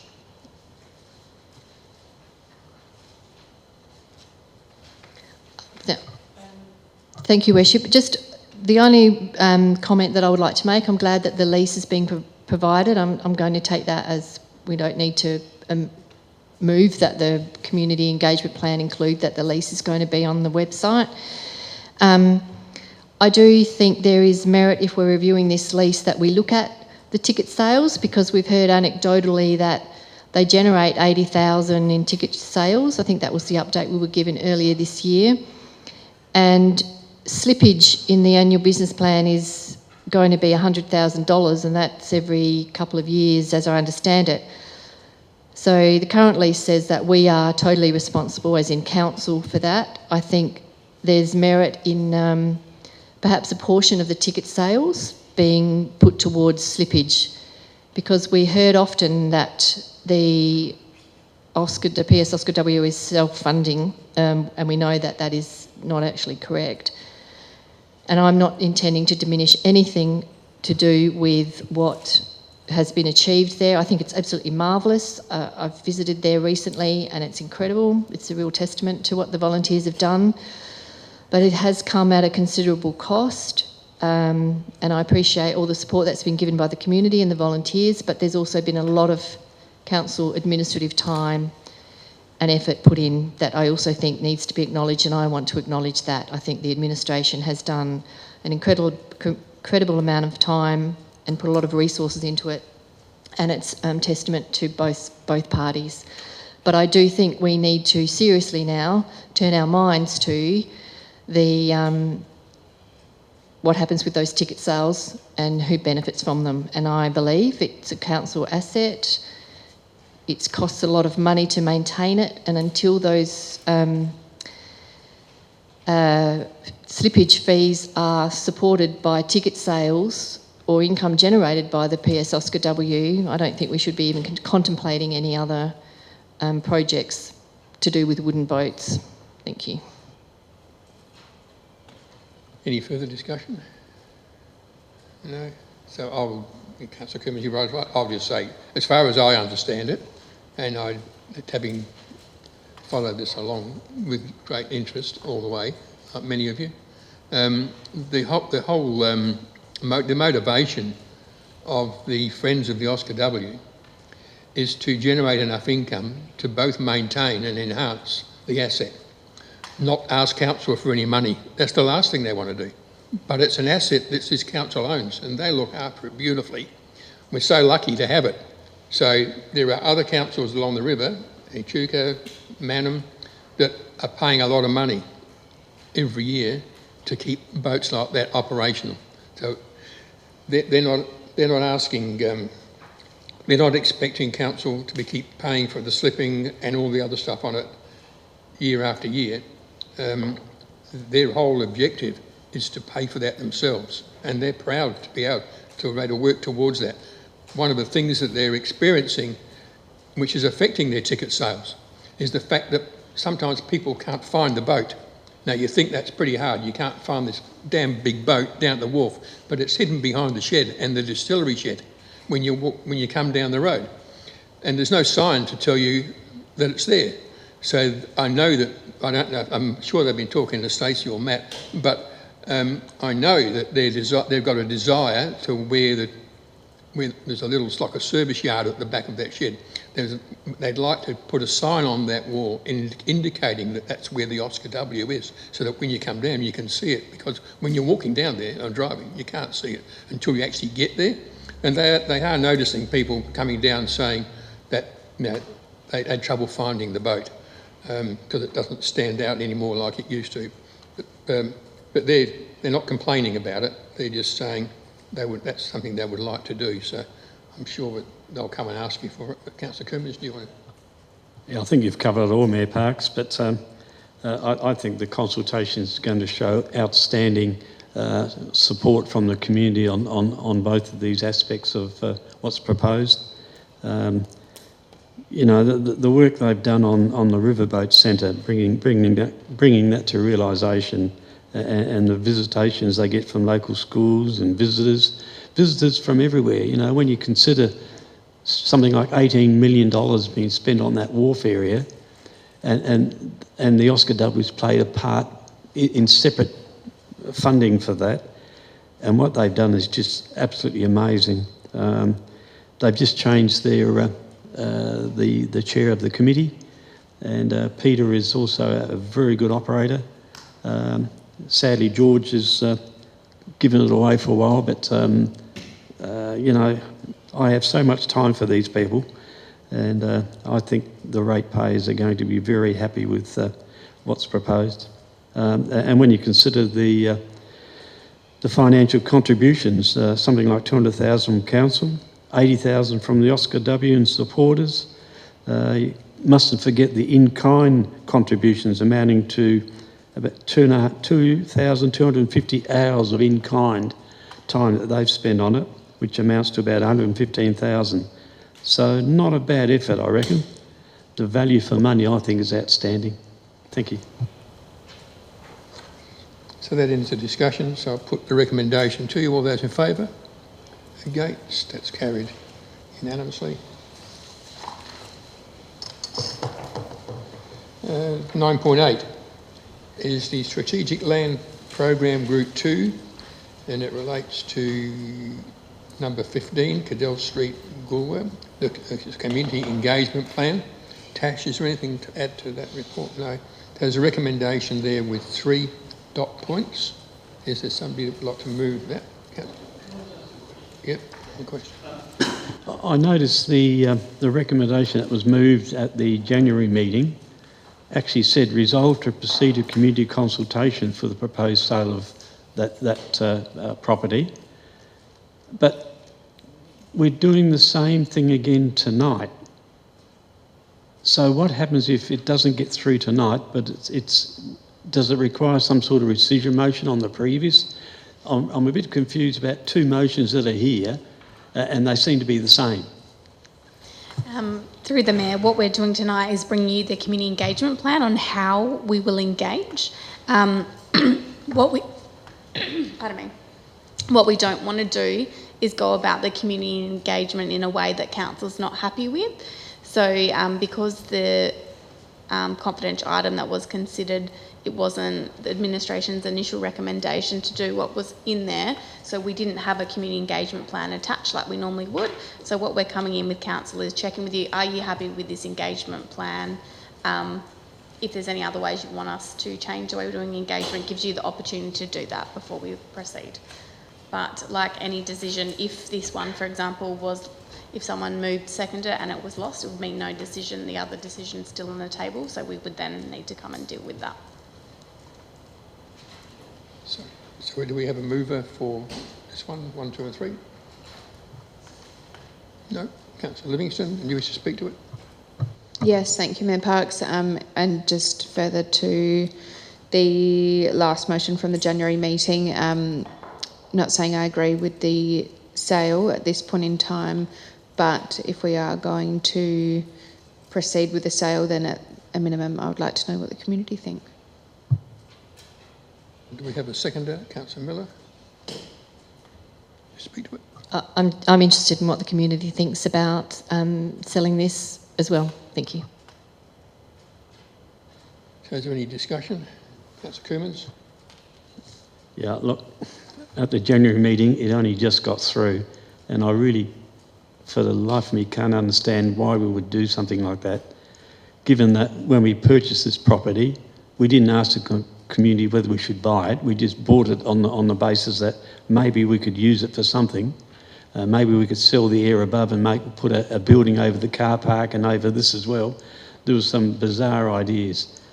And now we're going to sell it. Well, we might be able to sell it. The community might come back and say, no, you should hang on to it and give it to a community group. What do we do then? You know, if we pass this in January, then the proceeds from the sale would have been fed into the coming budget, and it would have had an effect on the rates. And now, the way things are going, it probably will, if it does go to sale, it'll be to the benefit of the next council. I cannot. Why are we even bothering to do this? It's a property that doesn't require to go to public consultation. It's not a community. It's not a reserve or anything like that. So why are we doing it? Why do we need to listen to the community to see whether we should sell a building that's of no use to council other than a storage area or putting staff in there? dare say we certainly would not want this to be a shop and to lease it out as a shop. The council's not in the business of leasing and renting properties for commercial purposes. So, look, I'm going to vote against this because I think we made a big mistake in saying it had to go to public consultation. Any further discussion? Unusually, I've got a bit to say about a lot of things tonight. This one here, I agree with Councillor Koomans. The decision to buy it was like a pie-in-the-sky dream from outer space. We're going to build a motel above our car park, and this is going to be the entrance to that car park. Well, I don't know where the guests at the motel are going to park their cars, because if you've been here during a weekday, I can't get a car park in here most days. I have to park it down the street and in front of somebody's business, either in the next street over, Loveday Street. So we'd have to massive extension to the car park area to be able to accommodate an area for that parking. It's just so often we talk about, we've got these assets like vacant land, unmade roads, all that sort of stuff that we have to look after, and we're responsible for depreciating. And we say, let's sell them and reduce some debt. And here's another chance. We bought some property in Strathalbyn, the same situation. And the idea of the property in Strathalbyn was to create a car park because we were trying to encourage the building of a new supermarket in Dawson Street, which is not going to happen. So we don't need that car parking now. So, you know, that can be brought back in and reduce our debt. Now, in reducing that debt down the track, it may enable some other more worthwhile asset to be purchased. But at the moment, you wouldn't consider buying anything because we're looking at reducing debt and we've got to reduce our rates. And you look at the impact on our community at the moment with rates and cost of living, and goodness knows how long the fuel prices are going to stay up. And if they ever come down, it'll be a miracle because they're lucky to getting used to making a lot of money out of fuel at the moment. So I think we've got to. I think we just got to stop saying let's get rid of some assets and reduce debt, and then every time we put it before council, we don't do it. And so, Councillor, you're right to reply, Councillor Livingston. Thank you, Mayor Parks. I mean, this is now in the public domain, so I query then if this is lost, what then happens? We proceed with selling it without community consultation. I don't think that's something that I would like to run with the community from a reputational point of view. And just because we aren't required by the Act to proceed with community consultation with decision making doesn't mean that we should automatically resolve not to. There are many other properties that, in my view, can be considered by us to sell that aren't significant or contentious or sit within a main street, for example. But at this stage, we have resolved to go to community consultation and we're just now voting on the plan. So I urge everyone to support this. Thank you. That closes the discussion. So I'll put the recommendation to you. All those in favour? Against? So that's a tied vote, so I'll vote in favour of that with my casting vote. I will vote in favour of it. It's a tied vote with my casting vote that it goes ahead to consultation. So that's carried.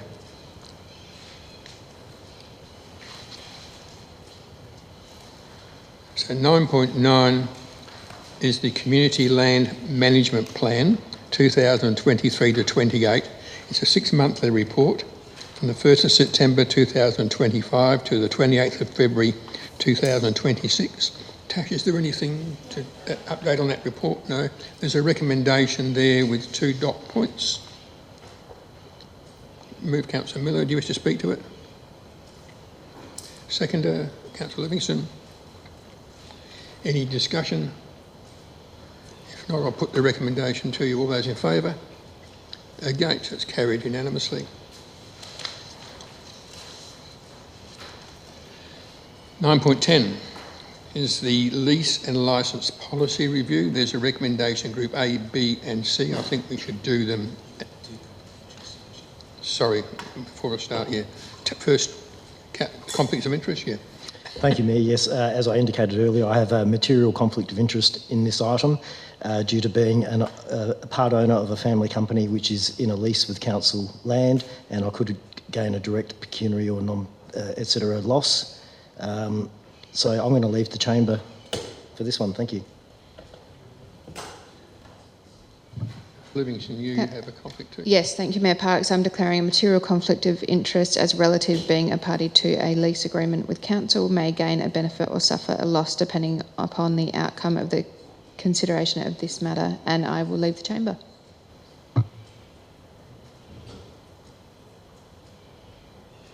So here we create a dilemma, so we don't have a quorum. So, Lachlan, yeah. Thank you, through your worship. Due to Councillor Nicholson being on a leave of absence under section 55A of the Act requires that you adjust your quorum because the members who can be taken into consideration for constituting the quorum gets reduced by 1, so your quorum is 5 for the duration of Councillor Councillor Nicholson being on the section 55A leave of absence. You got 5. 1, 2, 3, 4, 5. Yeah. I'm part of it. Yeah. But I don't get a vote unless it's a tie. Could you just do that again, please? Because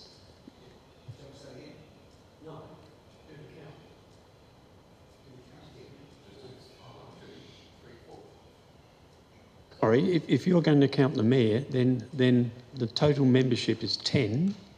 Half of 10 is 5. You'll need 6. To reiterate what I just said, under section 55A, Councillor Nicholson is required to be on a mandatory leave of absence. The Act provides that where a member is on a mandatory leave of absence or a member has been suspended from council, the quorum gets adjusted, that person is removed from the number of council members, and so your total number of council members for the duration of the section 55A leave of absence is now 9 members. There are only 9 members in this council at the moment. And so quorum is total number of members divided by 2, ignore any fraction, adding 1. So that makes it 5. And we still have 5. Does that mean I become a voting? No, you do what you do. There's always something interesting and new. So 9.10, as I said, is the lease and licence policy review. Tash, is there any changes, updates to that? So we'll do Group A, then Group B, and then Group C individually. I think it's a big report. So is there a mover for Group A? Councillor Gardner. And seconder for Group A, Councillor Coomans. Is there any discussion on Group A? If not, I'll put that to you. All those in favour? It's carried unanimously. We go to Group B, which has got 7 dot points. Is there a mover for that? A question? I had hoped to see some examples of what would fall into what category, and I guess I'm happy to move it. It's quite complicated, and I understand that it won't apply to anyone who's already got an existing policy. If that could, or if anyone who's got a lease or licence, if that could just be clarified, and then I'll consider whether I'll move it or not. Thank you. And maybe an example of what the Goolwa Oval would have fitted into, or the there was another one I had in mind, but it's just escaping me now. Thank you. Through the chair, yes, I think we had some emails quite a while ago, but this policy will not affect existing leases. It's just new ones coming up, and I'll get the General Manager of Community to answer the. Thank you, through the chair. So it's likely that with the new policy, that the oval lease would be classed as a major commercial community user at the $1,000 per annum. But yes, the current lease proposed with the football club, the approved lease, does not include a renewal at this stage. So when that point's reached and negotiations occur to look at a renewal, the new policy would apply, but however, council could still decide to amend or reduce that rate. Thank you, Worship. I'm happy to move it on that basis because I just wanted to be really clear on what we'd just done with the Goolwa Oval and what that meant when it came up for renewal, that we weren't locking it in at $1 and no discretionary. So not that I'm preempting what we'll do, but that was a good example. And I think it's a lot of work has gone into this, and I think it reflects the complexity of what we're dealing with, and it corrects some of those identified issues that have been dealt with. So I'm happy to support this and appreciate the work that's gone into it. Do we have a seconder? Councillor Gardner. Speak to it. Any discussion? There's no discussion. I'll put the recommendation Group B to you. All those in favour? Against? It's carried unanimously. We go to recommendation Group C, 2 dot points. Is there a mover for that? Councillor Miller. Is there a seconder? Councillor Coomans. Any discussion? No, so I'll put that recommendation Group C to you. All those in favour? Against? It's carried unanimously.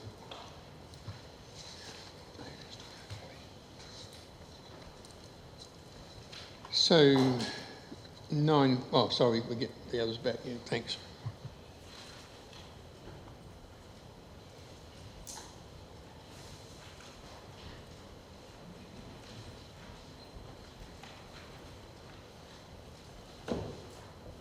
So 9.11 is the Chief Executive Officer's report. Andrew, is there anything to change, upgrade or information relating to your report? So there's a recommendation that that report for February be received. Moved Councillor Oliver. Seconded Councillor Livingston. Are there any questions of Andrew relating to his report? No, so I'll put the recommendation to you. All those in favour? Against? It's carried unanimously.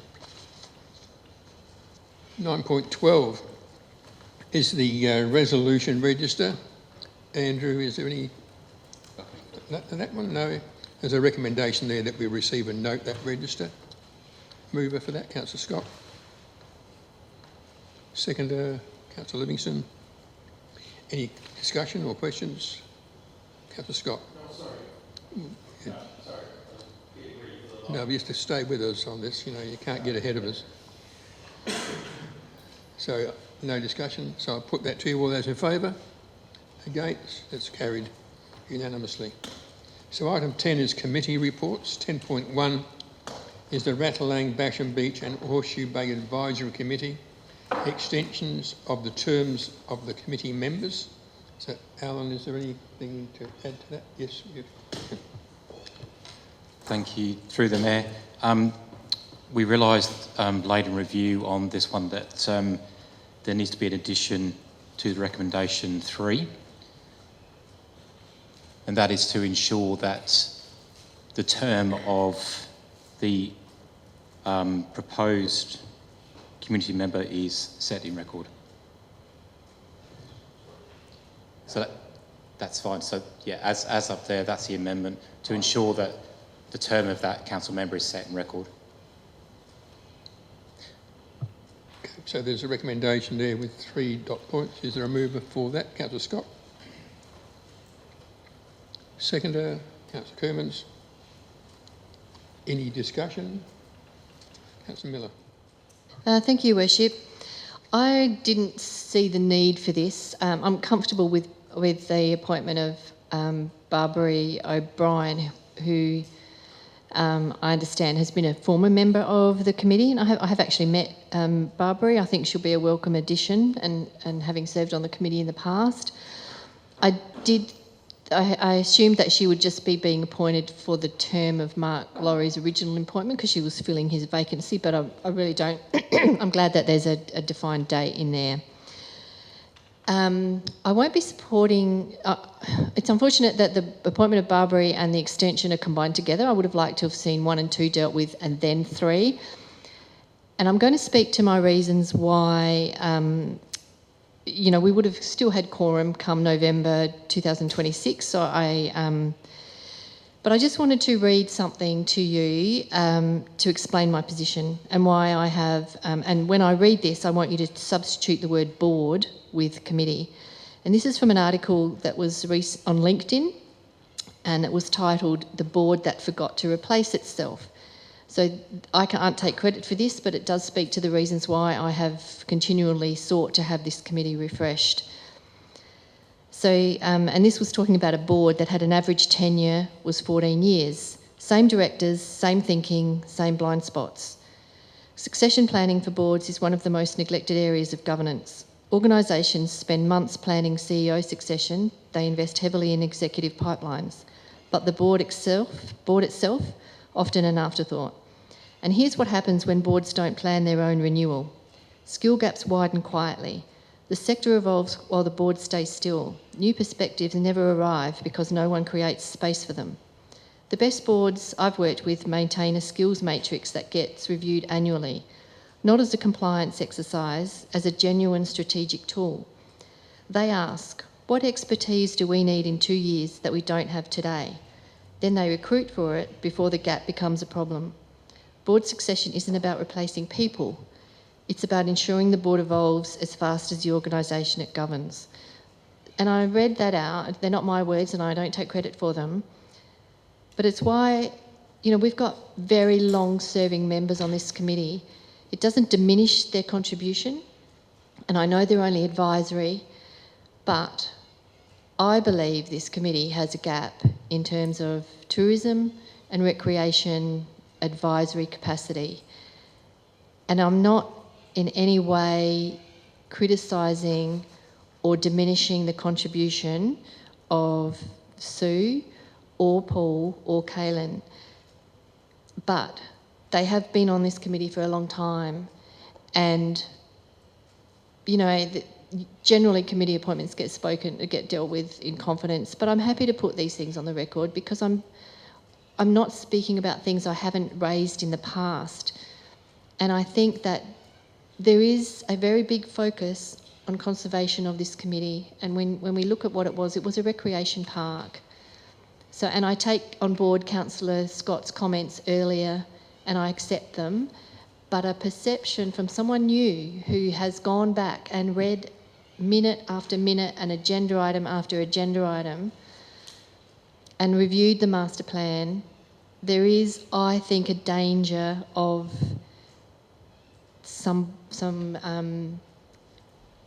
there's an opportunity for renewal, and I know that some new members have come on board, and I really wish this committee success, and I look forward to the lease review, and I look forward to considering the value add of this committee and how it can be, I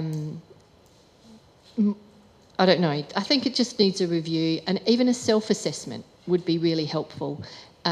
Because, it could be said that I have a blind spot when it comes to this committee, but I'm just trying to encourage not having people on committees, advisory or not, that have been there for a very, very, very long time.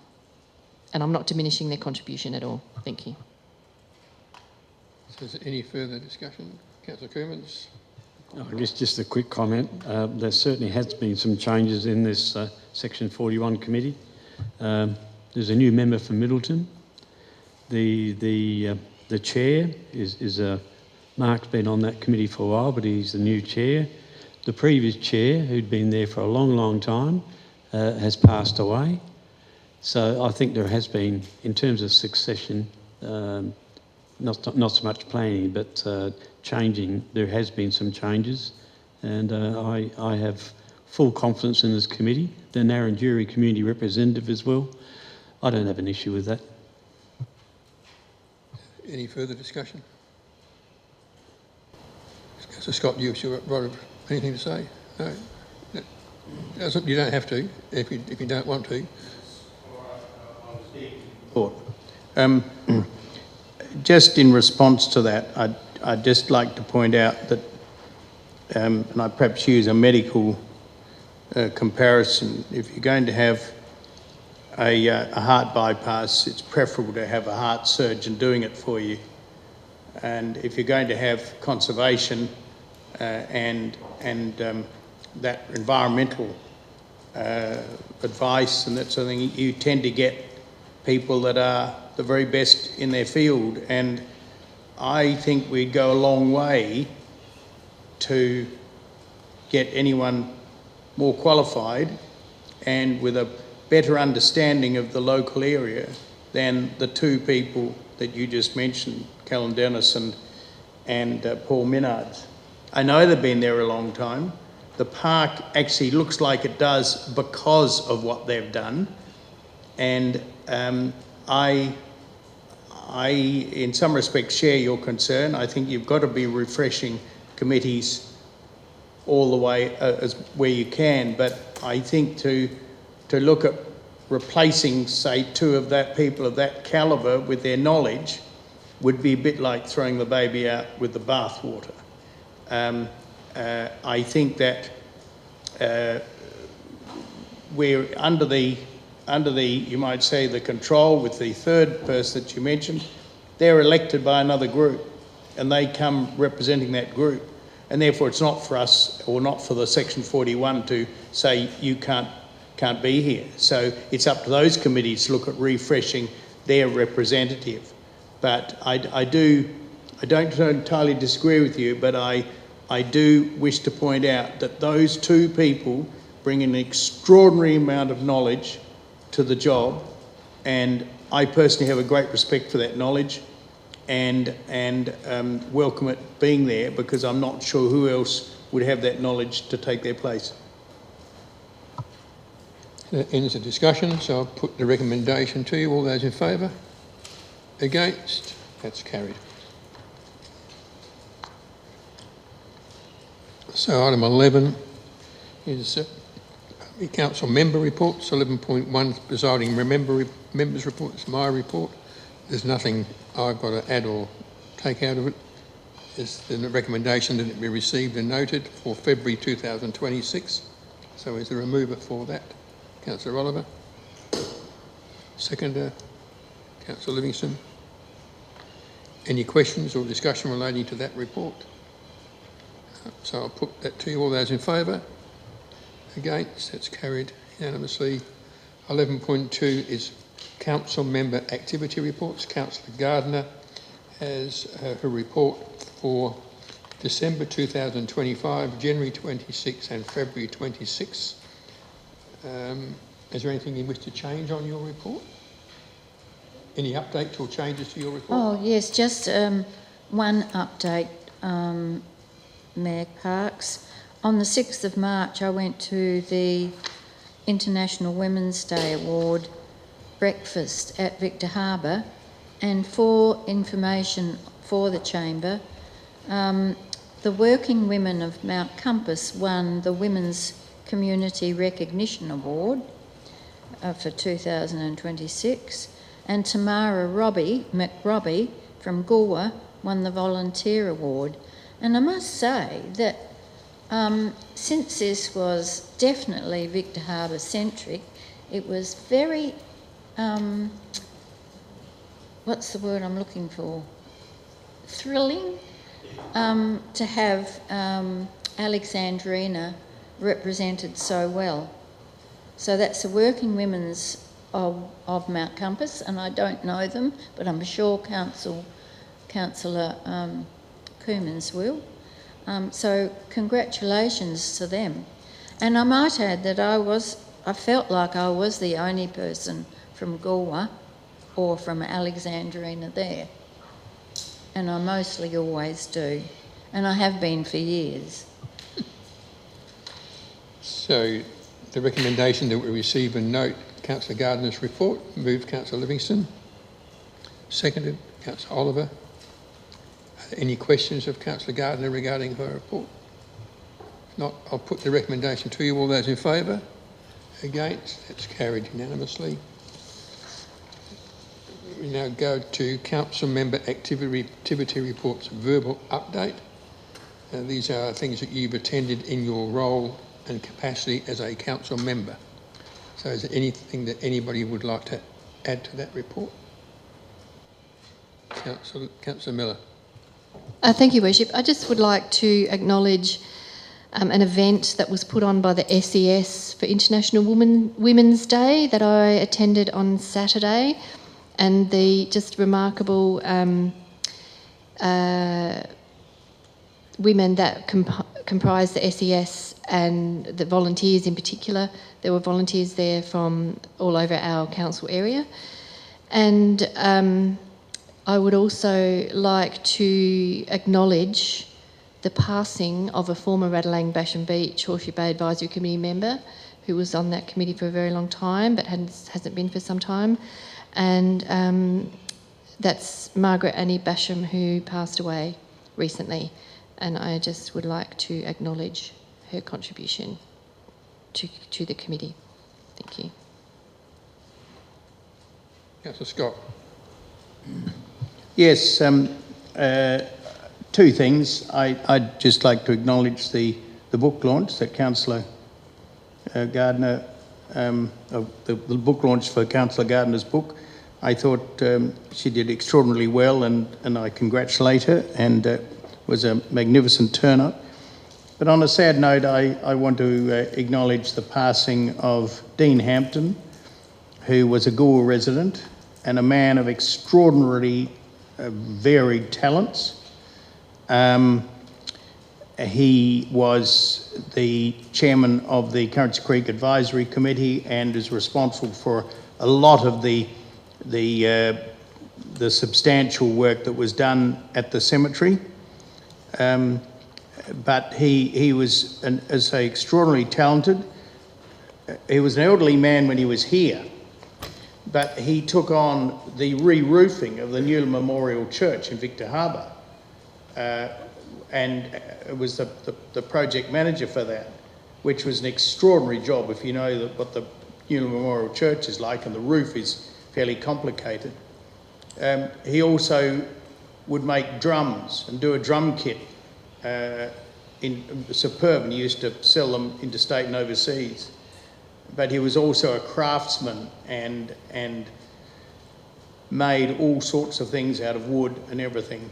I replaced him as the chairman of the Currency Creek Committee, shoes that I'll never fill because he was so talented. But he passed away. He was in an aged care facility left Gore about 3 or 4 years ago, in an aged care facility at, I think, somewhere up Brighton or somewhere, and is now buried in the Achunga Cemetery. So sad for those that have worked with him.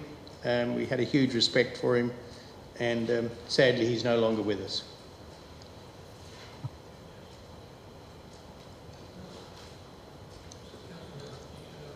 Oh, sorry. Thank you. So are there any other reports? No, so the recommendation that we note the verbal reports. Is there a mover for that? Councillor Livingston. Seconded. Councillor Gardner. Any discussion? No. So I put it to you, all those in favour? Against? It's carried unanimously. Next. So item 12. Yep. So item 12 is confidential items.